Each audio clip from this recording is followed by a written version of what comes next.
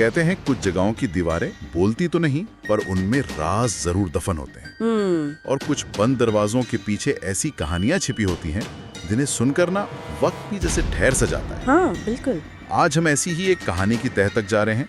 ये जुड़ी है जयपुर के होटल एमराल्ड पैलेस के कमरा नंबर 302 से। वो कमरा 302। हाँ, वो कमरा जिसके बारे में कहा जाता है कि वहाँ रातें खामोश नहीं होती। जी, आज हम इसी सनसनीखेज मामले की गहराई से पड़ताल करेंगे।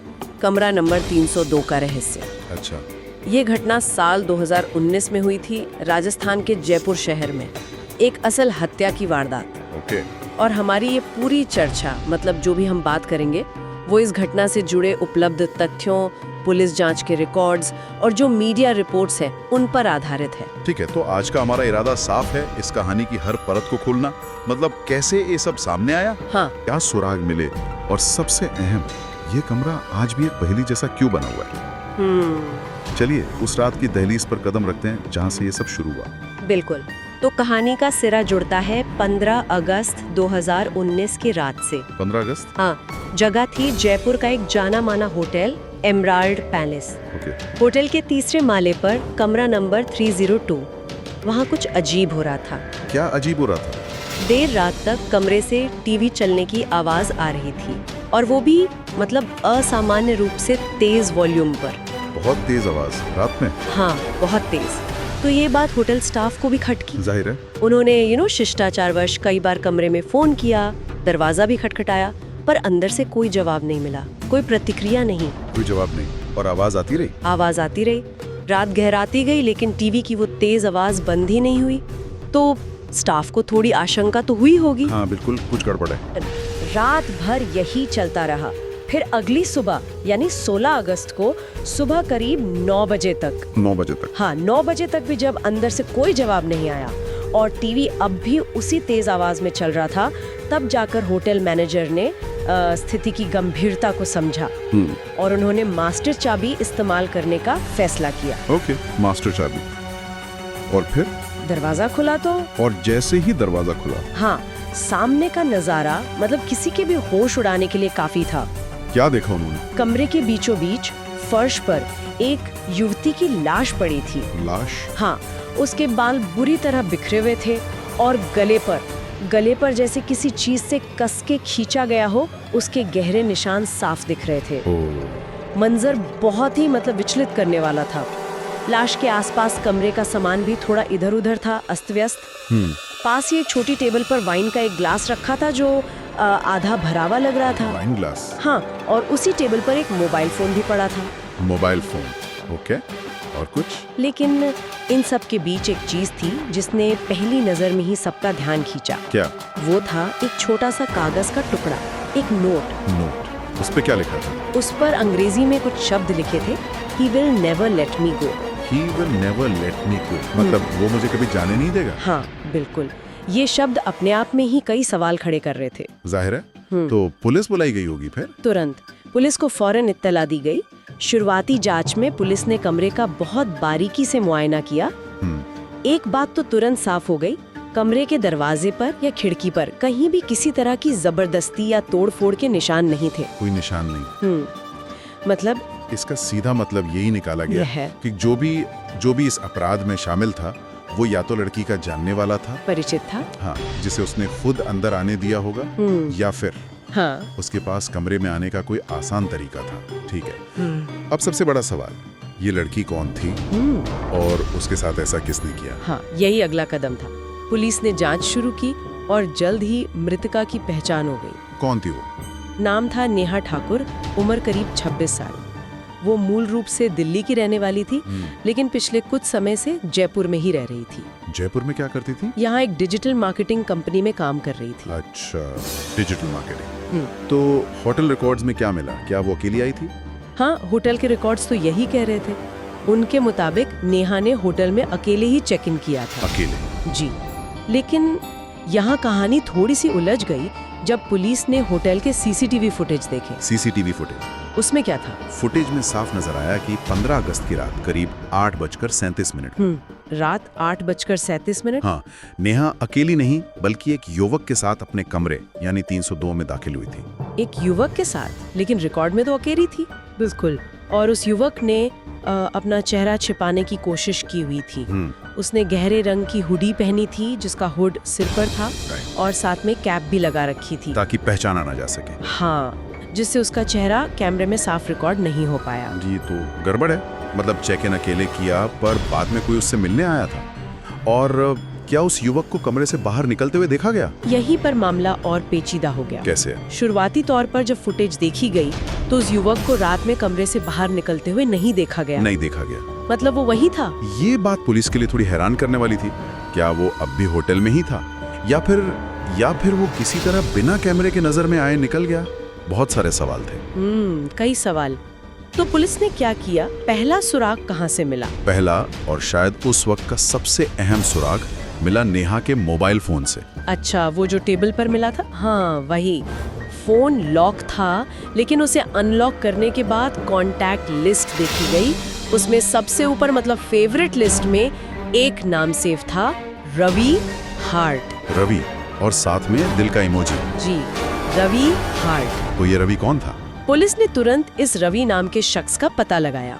मालूम चला कि रवि जयपुर का ही रहने वाला है और नेहा का बॉयफ्रेंड है। बॉयफ्रेंड? तो शक तो उसी पे गया होगा सबसे पहले। जाहिर है शक की सुई सबसे पहले उसी की तरफ घूमी। रवि को पूछताछ के लिए बुलाया गया। रवि ने क्या कहा? क्या उसने मान लिया? नहीं, शुरुआत में रवि ने बहुत सधा हुआ बर्ताव किया। उसने माना कि हाँ, वो नेहा का बॉयफ्रेंड है और 15 अगस्त की रात को उन दोनों के बीच झगड़ा भी हुआ था। झगड़ा हुआ था? हाँ, उसने ये भी कबूल किया कि वो नेहा से मिलने होटल गया था, लेकिन उसने नेहा की हत्या करने की बात से साफ इनकार कर दिया। इनकार कर दिया? बोला क्या फिर? उसका कहना था कि झगड़े के बाद वो होटल से चला आया था और नेहा तब तक बिल्कुल ठीक थी। लेकिन सिर्फ कहने से तो पुलिस मानने लगी, कुछ तो जांच की होगी। बिल्कुल। और यहीं पर रवि का झूठ, कह सकते हैं, पकड़ा जाने लगा। कैसे? जब पुलिस ने नेहा के मोबाइल की कॉल डिटेल रिकॉर्ड यानी CDR निकाली तो एक चौंकाने वाली जानकारी सामने आई। क्या जानकारी? हत्या वाली रात, मतलब 15 अगस्त की शाम से लेकर देर रात तक रवि ने नेहा को 1-2 बार नहीं, कितनी बार? पूरे 17 बार कॉल किया था। 17 बार? हाँ। 17 कॉल्स? हाँ, और आखिरी कॉल रात करीब 8:12 पर की गई थी। 8:12 पर? ये तो नेहा के उस अनजान आदमी के साथ कमरे में जाने से ठीक पहले का वक्त है। बिल्कुल, ठीक पहले। 17 कॉल्स? ये तो सामान्य नहीं लगता। अगर सब ठीक था, झगड़े के बाद चला गया था, तो इतनी बार कॉल क्यों? ये तो मतलब किसी बेचैनी या कुछ छुपाने की कोशिश जैसा लगता है। सही पकड़ा आपने। ये 17 कॉल्स रवि के खिलाफ एक मजबूत, जिसे कहते हैं सर्कमस्टेंशियल एविडेंस, वो बन गई। इससे पुलिस का शक और गहरा हो गया कि रवि जरूर कुछ छिपा रहा है। अब पुलिस को हत्या के मकसद की तलाश थी। आखिर ऐसा क्या हुआ कि रवि, जो नेहा का बॉयफ्रेंड था, उसकी जान लेने पर उतारू हो गया? हाँ, मोटिव क्या था, मकसद? और यहीं से कहानी में एक बहुत बड़ा मोड़ आया जिसने मकसद को बिल्कुल साफ कर दिया। क्या मोड़? जांच के दौरान पुलिस को पता चला कि नेहा को कुछ ही दिन पहले सोशल मीडिया के जरिए एक बहुत बड़ा सच पता चला था। कैसा सच? उसे रवि की शादी की कुछ तस्वीरें मिली थी। पता चला कि रवि पहले से शादीशुदा था। क्या? शादीशुदा? हाँ, शादीशुदा था और उसके बच्चे भी थे। और ये बात रवि ने नेहा से पूरी तरह छुपाई हुई थी। मतलब वो नेहा को धोखा दे रहा था? बिल्कुल, वो नेहा के साथ भी था और अपने परिवार के साथ भी रह रहा था। डबल लाइफ जी रहा था। और नेहा को जब ये पता चला होगा तब तो जाहिर है गुस्सा आया होगा। बिल्कुल, नेहा को जब इस धोखे का पता चला तो वो जाहिर है टूट गई और गुस्से से भर गई।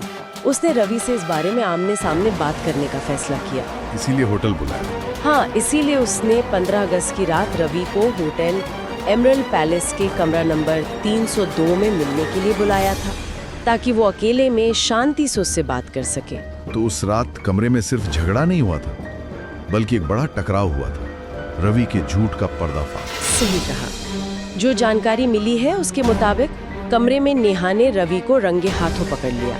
उसने रवि को साफ साफ कह दिया। क्या कहा? कि या तो तुम अपनी पत्नी को छोड़कर मेरे पास आ जाओ, या फिर मैं तुम्हारा ये सारा सच तुम्हारी पत्नी और तुम्हारे घर वालों समेत सबको बता दूंगी। ये तो रवि के लिए बहुत बड़ी धमकी थी। उसकी तो पूरी जिंदगी दांव पर लग गई। शादी, परिवार, समाज में इज्जत, सब कुछ। निश्चित रूप से रवि इस धमकी से बुरी तरह घबरा गया। उसे लगा कि अगर नेहा ने ऐसा कर दिया तो वो कहीं का नहीं रहेगा। उसके मन में डर और गुस्सा दोनों एक साथ भर गए और इसी घबराहट और गुस्से में उसने एक खौफनाक फैसला कर लिया। क्या? नेहा को हमेशा के लिए चुप कराने का। उसने ये किया कैसे? क्या गुस्से में एकदम से हमला कर दिया? नहीं, ऐसा नहीं लगता उसने एक योजना बनाई। उसने पहले नेहा को शांत करने का नाटक किया। अच्छा। हाँ, शायद माफी मांगी होगी या कोई और बहाना बनाया होगा। फिर उसने नेहा को पीने के लिए वाइन ऑफर की। वही वाइन जो ग्लास में मिली थी? हाँ, वही। और उसी वाइन के ग्लास में उसने चुपके से नींद की गोलियों का पाउडर मिला दिया। नींद की गोलियां? मतलब पहले बेहोश किया? हाँ। जब नेहा दवा के असर से धीरे धीरे बेहोश होने लगी, तब रवि ने अपना असली रूप दिखाया। और फिर? उसने कमरे में मौजूद किसी रस्सी या शायद रस्सी जैसी ही कोई चीज, उससे नेहा का गला तब तक दबाए रखा जब तक उसकी सांसें थम नहीं गईं। हे भगवान! और हत्या करने के बाद फिर क्या किया उसने? सबूत मिटाने की कोशिश की होगी। बिल्कुल। हत्या के बाद उसने कमरे से निकलने से पहले टीवी की आवाज बहुत तेज कर दी। तेज आवाज? हाँ, क्यों? या गिरने पड़ने की कोई आवाज आई भी हो तो वो टीवी के शोर में दब जाए, बाहर किसी को शक न हो। और लगे कि अंदर कोई टीवी देख रहा है। हाँ, लगे कि सब सामान्य है। वो शायद रात में ही निकल जाना चाहता था, पर उसे लगा होगा कि इतनी देर रात निकलने पर वो शक के घेरे में आ सकता है। और उसने हुडी और कैप भी इसीलिए पहनी थी शुरू में, ताकि सीसीटीवी में पहचाना ना जा सके। जी। लेकिन पुलिस को शक तो हो ही गया था 17 कॉल्स की वजह से। क्या पुलिस को कोई और ठोस सबूत मिला इसके बाद? हाँ, और यहीं पर टेक्नोलॉजी ने, मतलब सीसीटीवी ने एक अहम भूमिका निभाई। अच्छा। रवि को लग रहा था कि हुडी और कैप पहनकर वो बच निकलेगा, लेकिन पुलिस ने सीसीटीवी फुटेज को और ज्यादा ध्यान से बार-बार देखा और उन्हें एक दूसरी छोटी सी क्लिप मिली जो शायद पहले नजरअंदाज हो गई थी। उस दूसरी क्लिप में क्या था? वो क्लिप उसी रात की थी, 15 अगस्त की रात, करीब 9:03 की। रात 9:03। हाँ। इसमें रवि होटल के कॉरिडोर से होते हुए लॉबी की तरफ और फिर बाहर निकलता हुआ दिख रहा था। बाहर निकलता हुआ। हाँ। लेकिन इस बार एक बड़ा फर्क था। क्या फर्क? उसने अपनी हुडी उतार दी थी। हुडी उतार दी थी? मतलब चेहरा दिख रहा था? हाँ, उसका चेहरा अब कैमरे में पहले से ज्यादा साफ था और उससे भी ज्यादा अहम बात ये थी कि उसके हाथ में एक बैग था। बैग? जी, एक बैग था जिसमें वो कुछ सामान छिपाकर ले जाता हुआ साफ नजर आ रहा था। ये तो बहुत बड़ा सुराग था। उस बैग में क्या हो सकता था? क्या पुलिस ने वो बैग बरामद किया? हाँ, ये फुटेज रवि के खिलाफ एक बहुत मजबूत सबूत बन गया। पुलिस ने बिना देर किए रवि के घर पर छापा मारा और तलाशी के दौरान पुलिस को वही बैग मिल गया जो रवि फुटेज में ले जाता हुआ दिखा था। मिल गया बैग? और उसके अंदर? और उस बैग के अंदर से वही रस्सी बरामद हुई। रस्सी? हाँ, जिससे फॉरेंसिक जांच में बाद में पुष्टि हुई कि नेहा का गला घोंटा गया था। मतलब हत्या का हथियार? अब तो रवि के पास इनकार करने की कोई गुंजाइश ही नहीं बची होगी। बिल्कुल नहीं। रस्सी की बरामदगी एक निर्णायक सबूत साबित हुई। जब पुलिस ने रवि के सामने ये सारे सबूत रखे, वो 17 कॉल्स, सीसीटीवी फुटेज जिसमें वो बिना हुडी के बैग ले जाते दिख रहा था और आखिर में बैग से मिली वो रस्सी, तो वो पूरी तरह टूट गया। तो उसने अपना गुनाह कबूल कर लिया? हाँ, आखिरकार उसने अपना जुर्म कबूल कर लिया। रिपोर्ट्स के मुताबिक उसने कहा, मैं बस उसे चुप कराना चाहता था, हमेशा के लिए। हमेशा के लिए? हाँ, उसने पूरी साजिश बयान कर दी। कैसे उसने नेहा को धोखे से बुलाया, कैसे वाइन में दवा मिलाई और फिर कैसे गला घोंटकर उसकी हत्या कर दी। एक धोखा, और उसने एक जान ले ली और दूसरी जिंदगी भी बर्बाद कर दी। तो इस मामले का अंत क्या हुआ? अदालत में क्या हुआ? रवि का क्या हुआ? इस कबूलनामे और जो पुख्ता सबूत थे, उनके आधार पर पुलिस ने चार्जशीट दायर की। मामला अदालत में चला। अदालत ने तमाम गवाहों और सबूतों पर गौर करने के बाद रवि को नेहा ठाकुर की पूर्व नियोजित हत्या का दोषी पाया। सजा क्या हुई? उसे आजीवन कारावास की सजा सुनाई गई। आजीवन कारावास। न्याय तो हुआ, पर उस होटल का, होटल एमरल्ड पैलेस, और वो कमरा नंबर 302, उसका क्या हुआ? क्या वो कमरा आज भी इस्तेमाल होता है? नहीं। इस खौफनाक वारदात के बाद होटल मैनेजमेंट ने एक बड़ा फैसला लिया। क्या फैसला? उन्होंने तय किया कि कमरा नंबर 302 को फिर कभी किसी भी मेहमान को रहने के लिए नहीं दिया जाएगा। कभी नहीं? कभी नहीं। उस कमरे को स्थायी रूप से बंद कर दिया गया। वो आज भी बंद है। आज भी बंद है। और यहीं से शायद शुरू होती हैं वो कहानियां, वो अफवाहें जो अक्सर ऐसी जगहों से जुड़ जाती हैं, है ना? बिल्कुल। जब कोई जगह ऐसी दर्दनाक घटना की गवाह बनती है तो अक्सर उसके आसपास, उसके इर्द गिर्द रहस्य और डर का एक अजीब सा माहौल बन जाता है। कमरा नंबर 302 के साथ भी बिल्कुल ऐसा ही हुआ।